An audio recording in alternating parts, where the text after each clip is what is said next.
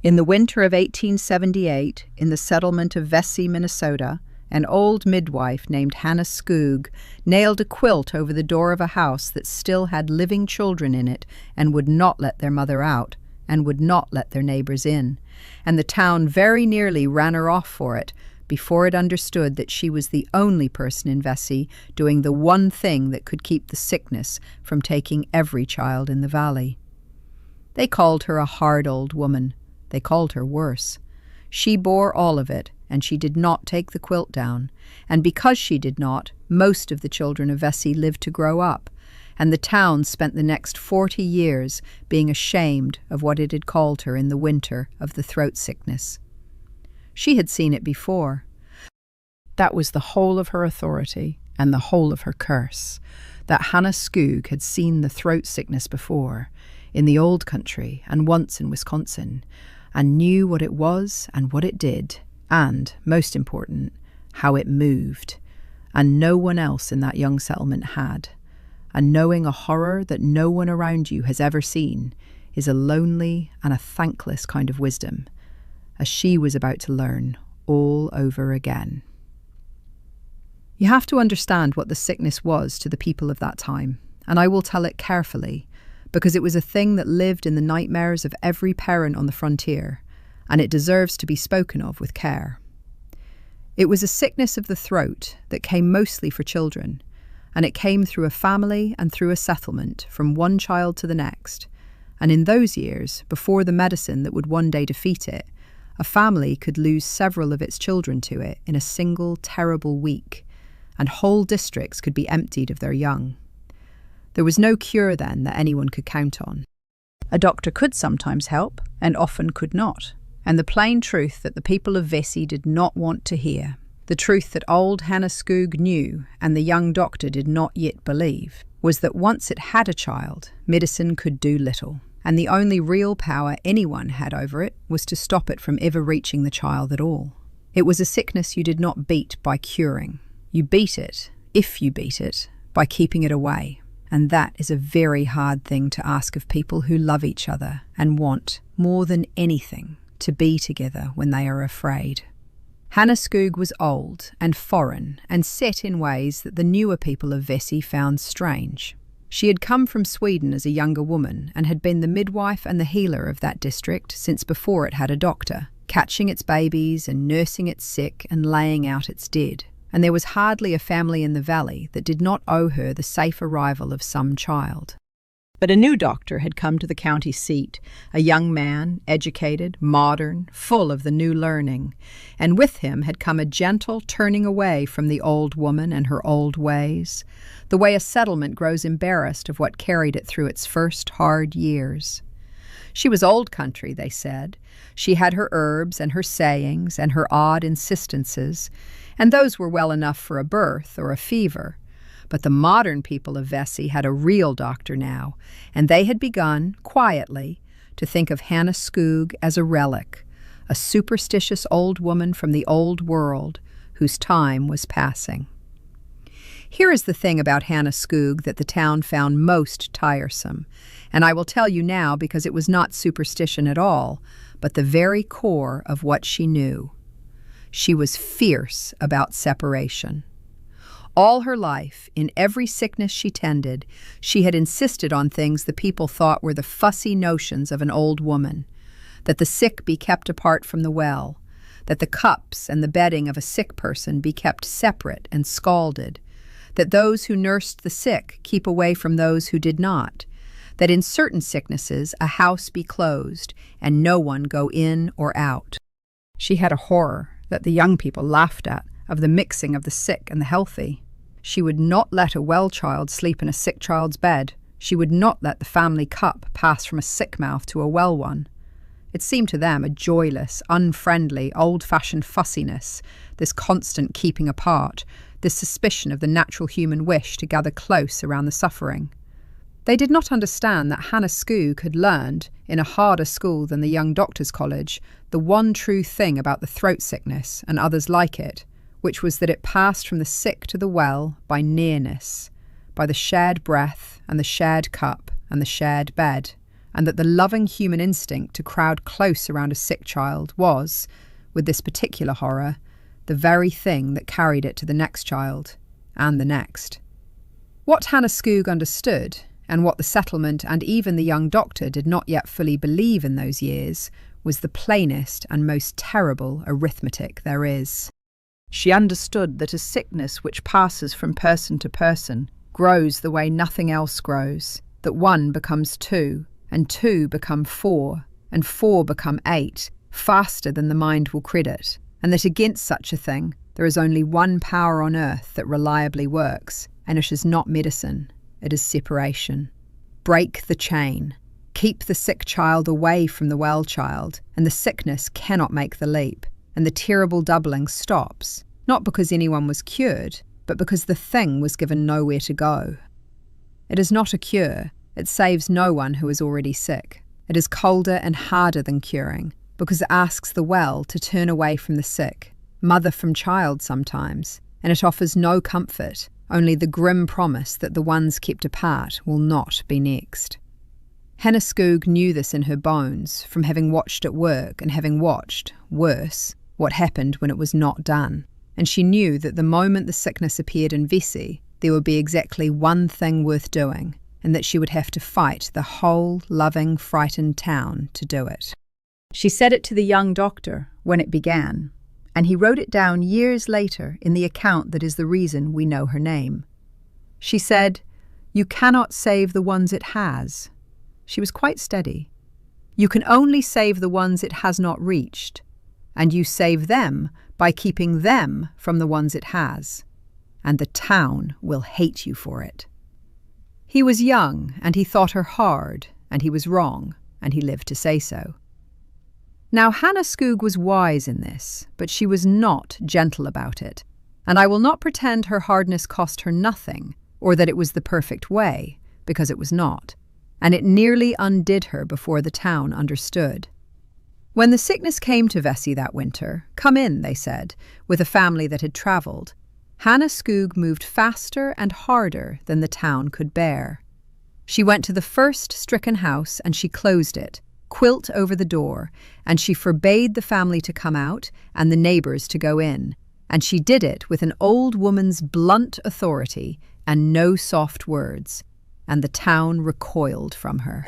For it is one thing to keep apart from a stranger's sickness, and another thing entirely to be told you may not sit with your dying friend, may not bring food to a grieving mother's own hands, may not let your children attend the funeral of their playmate. And Hannah Skoog forbade all of it, funerals most of all, for she knew that the gathering of a whole grieving settlement around a small coffin was exactly how such a sickness reaped its second harvest, the mourners carrying it home from the graveside to their own hearths. She was right, but she was harsh, and she frightened people, and she did not explain herself gently or often, being old and certain and out of patience. And the town's first response to her closing of the houses was not gratitude, but fury. That was her flaw, and it nearly cost the town its salvation, because a settlement that will not listen cannot be saved, and Hannah Skoog, right as she was losing them by her hardness in the very first days, when losing them meant the sickness would run free. What turned it, and I will come to the whole of it, was that the young doctor, who might have sided with the offended town against the strange old woman, watched. He was educated in the new learning, and the new learning was just then, in those very years, beginning to prove, with its microscopes, the thing that Hannah Skoog knew only from a lifetime of hard watching, that sicknesses like this were living things passed from body to body, and that separation stopped them. And so the young doctor, alone among the modern people of Vesey, understood that the fussy insistence of the old midwife was not superstition at all, but was, in fact, the newest and truest science, arrived at by a Swedish grandmother through 50 years of watching what he was only now reading in journals. And he made a choice that saved the valley. He backed her. By the time the sickness had been in Vesey a week, the shape of the disaster was plain, and I will tell you what it looked like, and how it looked to a frightened town, because the looking is the whole of why they hated her before they blessed her. It looked, to the people of Vessi, as though a hard old woman was tearing their community apart at the very moment they most needed to draw together. That is the cruelty of the thing, and it is why it takes a special courage to do what she did. When people are frightened and grieving, everything in them wants to gather, to sit with the sick, to hold the frightened, to stand together at the graves, to bring food and comfort hand to hand. And all of that, all that is best and warmest in people, was exactly what the sickness used to spread. And so Hannah Skoog spent that winter forbidding the very things that human love most wanted to do. And to the town it looked like coldness, like an old woman who had lived alone too long and forgotten how people need each other, when in truth it was the deepest and hardest kind of love, the love that will bear being hated if being hated is what saves the children. The sickness did not care how the town felt about the old woman. It went looking for children, the way it does, and where it found them gathered close, it took them. Now I will tell you how it went that winter, in the parts of Vessi that listened to Hannah Skoog and the parts that did not, because the difference between them was as plain and as terrible as anything that country ever saw, and it is the whole proof of her. There were families in Vessi who defied her, and I do not blame them, and neither did she, for what she asked was almost beyond bearing. There were mothers who could not keep away from a sick child, who gathered their well children close around the sick one, because that is what a mother's heart commands, who let the neighbours in to help nurse, who took their children to the funerals, because how could a family not mourn together? And in those houses, and in the houses of the neighbours who came and went, the sickness did exactly what Hannah Skoog said it would do. It spread from the sick child to the well ones, from the stricken house to the visiting neighbours, from the graveside gathering to the homes of the mourners, doubling and doubling, one child to 2 to 4, and those were the families that lost not one child but 3, that were emptied, that dug the small graves in a row. It was not a punishment, and Hannah Skoog never once spoke of it so.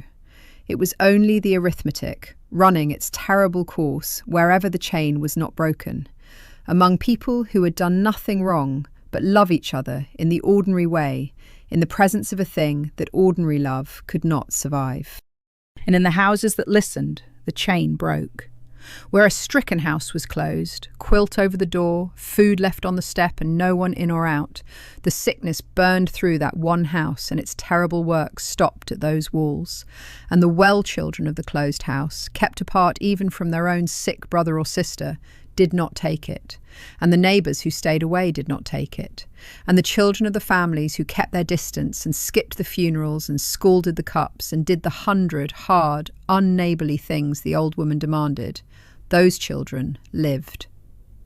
Street by street, house by house, you could read across that valley the plain map of who had heeded Hannah Skoog and who had not, written in which houses had lost their children and which had kept them. And it was not the doctor's medicine that drew that map, for the medicine could do little.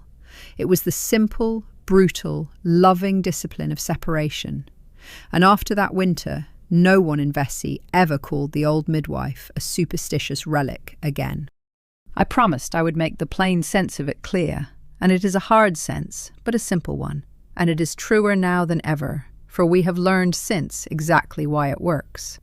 A sickness that passes between people is not like a storm or a fire that comes from outside and does its damage and departs. It is a thing that uses us to travel, that goes from the sick to the well along the paths of our nearness to one another, and the more we gather in our fear, the more roads we give it. And so the one power that always works against it, the power that worked before anyone understood why, and works still, is to deny it those roads, to put distance and barriers between the sick and the well, to break the chain of its passing, even at the terrible cost of breaking, for a while, the chain of our togetherness. Hannah Skoog did not have the medicine to cure the throat sickness. No one did then. What she had was the older, and in some ways greater knowledge, that you do not have to cure a thing you can prevent from spreading, and that the well can be saved even when the sick cannot, and that this saving is done not with any drug, but with the hard wisdom of keeping apart. It saved no child who was already sick. It saved, by breaking the chain, all the children who would have been next, and there is no way to count them, because the proof of prevention is a row of graves that never has to be dug, and no one ever weeps with gratitude over the child who did not die, because a hard old woman kept the sickness from ever reaching its door. Mind, it cost her, and it cost the one she saved, a grief that separation could not spare them, and I will tell it honestly. Hannah Skoog could not save the children the sickness had already reached, and she had to stand by, keeping others away, while some of those children died. And that is a weight I would not wish on anyone, to be the one who says no one may go in, knowing the child inside will likely die, and the mother will face it with only the few already exposed to help her. The old woman bore that, and she was, herself, shunned for it, even by some she saved, for she had made herself the face of every hard thing that winter, the one who closed the doors and forbade the funerals, and there were those who could not forgive her for it, even after they understood she had been right, because we do not always love the one who saved us by hard means as much as we love the one who comforted us by soft ones, though the hard ones saved more. She did not do it to be loved.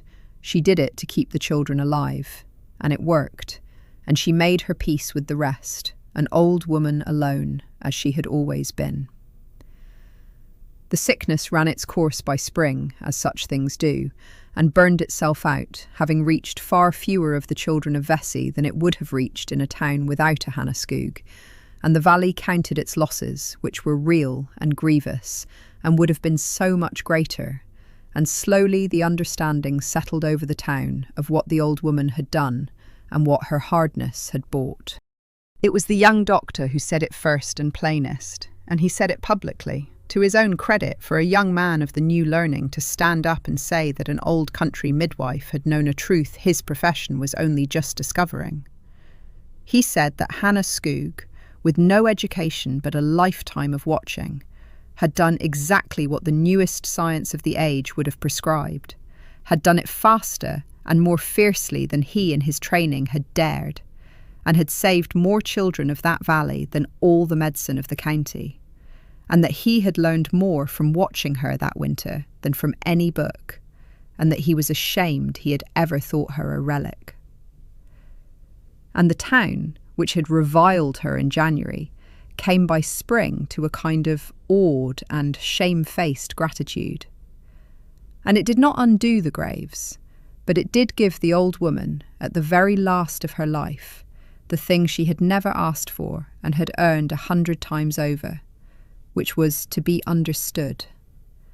They learned, which is the only good that comes from such a winter. After the year of the throat sickness, the people of Vesey knew what to do, and when sickness came again in later years, as it did, there was no fighting the old woman's wisdom, for it had become the town's own. They closed the houses themselves now, kept the sick apart, scalded the cups, stayed away from the gatherings, hard as it still was, because they had learned in the bitterest possible school that the loving instinct to crowd together was the very thing that killed their children, and that the harder, colder discipline of keeping apart was the truer love. Hannah Skoog had taught them that, at the cost of being hated for a winter, and they did not forget it, and it saved, in the years after, more of their children than they could ever count. I will tell you the last of it. Hannah Skoog did not live many years after that winter, and when she was dying, an old woman in her little house, the people of Vesey did for her at last what the sickness had once made her forbid to others. They came. They sat with her, the mothers whose children she had saved by keeping them apart, and they were not kept away now, for there was no sickness in her, only age, and they held the hands of the hard old woman who had once nailed quilts over their doors, and they thanked her, which she waved off, being herself to the end. And one of the children she had saved, grown now, asked her how she had borne it, being so hated for doing the one right thing. And the old woman said the only thing she ever said about the cost of it. She said, "I did not come to be loved. I came to catch the babies and keep them." She had caught half that valley as they were born and kept them alive when the sickness came. And if some of them had hated her for a winter, well, they were alive to hate her, and that had always been the whole of what she was after. I am telling this from long after, when the throat sickness itself has been all but driven from the earth by the medicine that came too late for the children of Vessi, and it is easy now to forget how it once emptied whole valleys of their young, and how, before there was any cure, there were people like Hannah Skoog who saved children not by curing, but by the hard, cold, loving wisdom of keeping the well from the sick. People hear this story and think it is about a plague, and it is. But more than that, it is about the particular courage it takes to do the unwelcome right thing when everyone around you, out of love and fear, wants to do the welcoming wrong one. The old midwife could not cure a single child. What she could do, and did, against the whole grief and fury of the town, was break the chain, and by breaking it, save all the children who would otherwise have been next, and bear being hated for it, and ask for nothing, because she had never been in it to be loved. She had been in it to keep the babies she caught, and she kept them. Now this woman and her town are ours, but here is what is true, and it is a sensitive thing, so I will say it plainly. Diphtheria, the throat sickness of this story, was one of the most feared killers of children on the frontier, and everywhere else, before the modern age. And it truly could take several children from a single family in a matter of days. And before the antitoxin and the vaccine that eventually conquered it, there was often little that could be done to cure a child once stricken. But it spreads from person to person, and the one thing that has always worked against such diseases, known by hard experience long before the germ was understood and confirmed entirely by the science that followed, is isolation and quarantine. Separating the sick from the well, closing infected households, avoiding gatherings including funerals, and keeping shared items apart so as to break the chain of transmission and protect those not yet reached. Midwives and old healers, often women, frequently carried this hard-won practical wisdom before formal medicine fully embraced it. This is a story about disease and the loss of children, which is a heavy subject. And if it touches something in your own life, I hope you will be gentle with yourself in the hearing of it. The people of Vessi are imagined. The sickness and the hard, life-saving wisdom of keeping apart to break its chain are exactly as they were.